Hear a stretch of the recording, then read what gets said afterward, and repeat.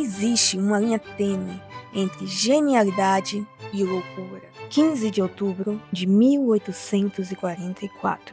Nasce um dos maiores e um dos mais incompreendidos gênios de todos os tempos. Imagine o seguinte cenário: você é um prodígio tão fora da curva que com apenas 24 anos já consegue o cargo mais cobiçado de professor titular numa universidade de elite europeia, o que era um sonho para muitos. Mas de repente, todo mundo olha para você e pensa: pronto, zerou a vida. Mas aí, Nietzsche toma uma decisão que deixa a sociedade inteira de queixo caído.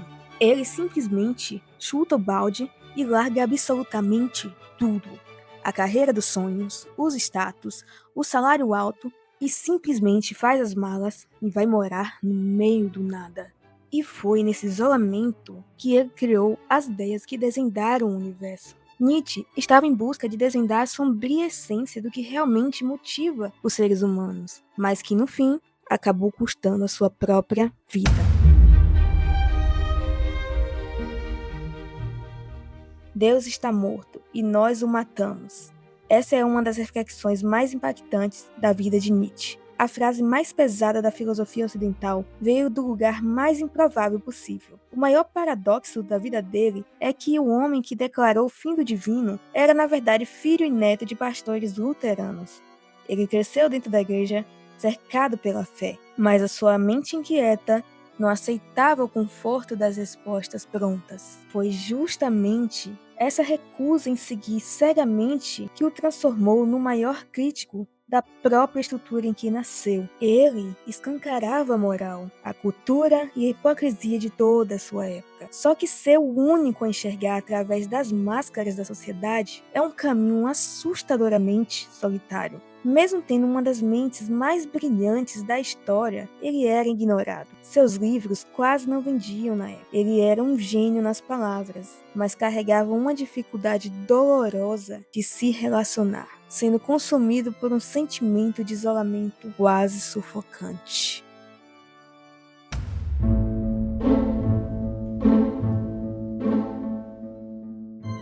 Mesmo cercado por tantas dificuldades, Nietzsche ainda assim desenvolveu ideias e conceitos filosóficos com força suficiente para provocar reflexões profundas e transformar positivamente a vida de muitas pessoas, começando pela sua maneira de enxergar e avaliar a própria existência humana. Mas foi no silêncio desse isolamento que ele forjou um espelho implacável para a humanidade.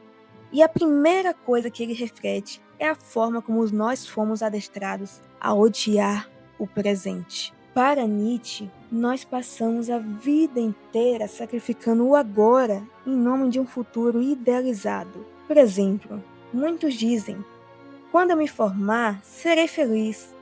Quando eu tiver aquele carro, a minha vida começa. Nietzsche pegou o famoso conceito de niilismo e virou do avesso.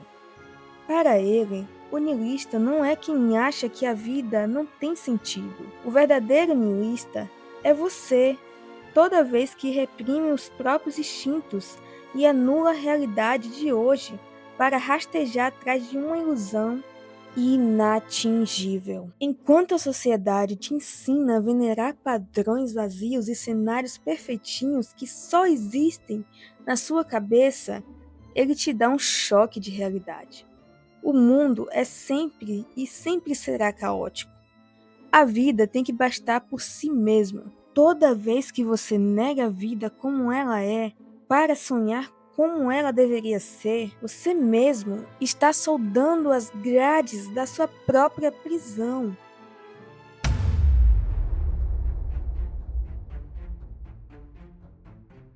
Beleza, se a gente tem que parar de viver esperando o futuro perfeito, como você pode saber que sua vida de agora não é um desperdício? Para responder isso, Nietzsche criou um experimento mental perturbador, chamado de o eterno retorno. Imagina o seguinte: no meio da madrugada, um demônio senta no pé da sua cama e te diz a seguinte frase: essa vida, exatamente do jeito que você viveu até hoje, você vai ter que vivê-la de novo e de novo e de novo, numa repetição infinita. Não haverá nada de novo. Cada dor, cada alegria, cada lágrima e cada segundo de tédio vão retornar para você, na mesma exata sequência. É como se a ampulheta da existência virasse de cabeça para baixo por toda a eternidade. Qual seria a sua reação? Você cairia de joelhos em desespero? Ou olharia para o demônio e diria: isso é divino? Para Nietzsche, a regra é brutalmente simples. A sua vida só é boa quando você não tem nenhum problema em repeti-la. Se a ideia de viver a sua rotina atual pela eternidade te causa pânico, é um sinal vermelho de que você precisa mudar a sua rota urgentemente. Para Nietzsche, você só está vivendo de verdade quando não está olhando para o relógio, torcendo para o momento acabar. Depois de mergulhar no abismo, Nietzsche encontrou uma saída, mas não é o tipo de saída que você espera. Ele a chamava de amor fati. O que quase ninguém entende, o amor fati não é sobre ser positivo, é sobre uma espécie de feitiço mental. Nietzsche escreveu sua fórmula para a grandeza. Imagine o nível de poder que você teria se a partir de hoje nada, absolutamente nada, pudesse te derrotar. Ele acreditava que a maioria das pessoas vive como mendigos de futuro, implorando por dias melhores. O amor fati vira essa lógica do avesso. É a capacidade bizarra de olhar para o seu pior momento e dizer: eu te escolhi, você faz parte da minha obra-prima. Nietzsche dizia que o ser humano é como uma corda esticada sobre um abismo. Se você tentar caminhar sem olhar para baixo, você cai. Mas se você aprender a amar o abismo, você aprende a voar sobre ele. Nietzsche fez a pergunta que ninguém teve coragem de fazer. E se o que você chama de certo for só uma coleira? Quem foi que escreveu o roteiro da sua vida? A resposta dele é brutal. Ele percebeu que a moral não nasce da bondade, mas do medo. Nietzsche dividiu o mundo em dois tipos de pessoas: os ativos e os reativos. De um lado, quem busca a expansão e cria os próprios valores. De outro, quem não tem coragem de agir e vive apenas para reagir ao sucesso e aos comandos alheios. E aqui vem a parte sombria. A moralidade é a arma dos medíocres. É o mecanismo que criaram para domesticar e punir quem tem a audácia de ser forte. É a vingança silenciosa de quem desistiu dos próprios sonhos contra quem decidiu realizá-los. Olhe ao seu redor. Desde a infância, a sociedade tenta te empurrar para um desses dois lados. Ou você é a ovelha que segue o manual para ser aceito, ou é o alvo que sofre a perseguição, simplesmente por afirmar sua individualidade. A verdade dói, mas Nietzsche te obriga a encarar o espelho e responder: você está seguindo a sua própria essência ou está sendo apenas um bom escravo das regras de quem tem medo de você? Para pensar por um segundo. Quem seria você se não houvesse nenhuma regra? Se você não devesse satisfação a ninguém, o que sobraria de você?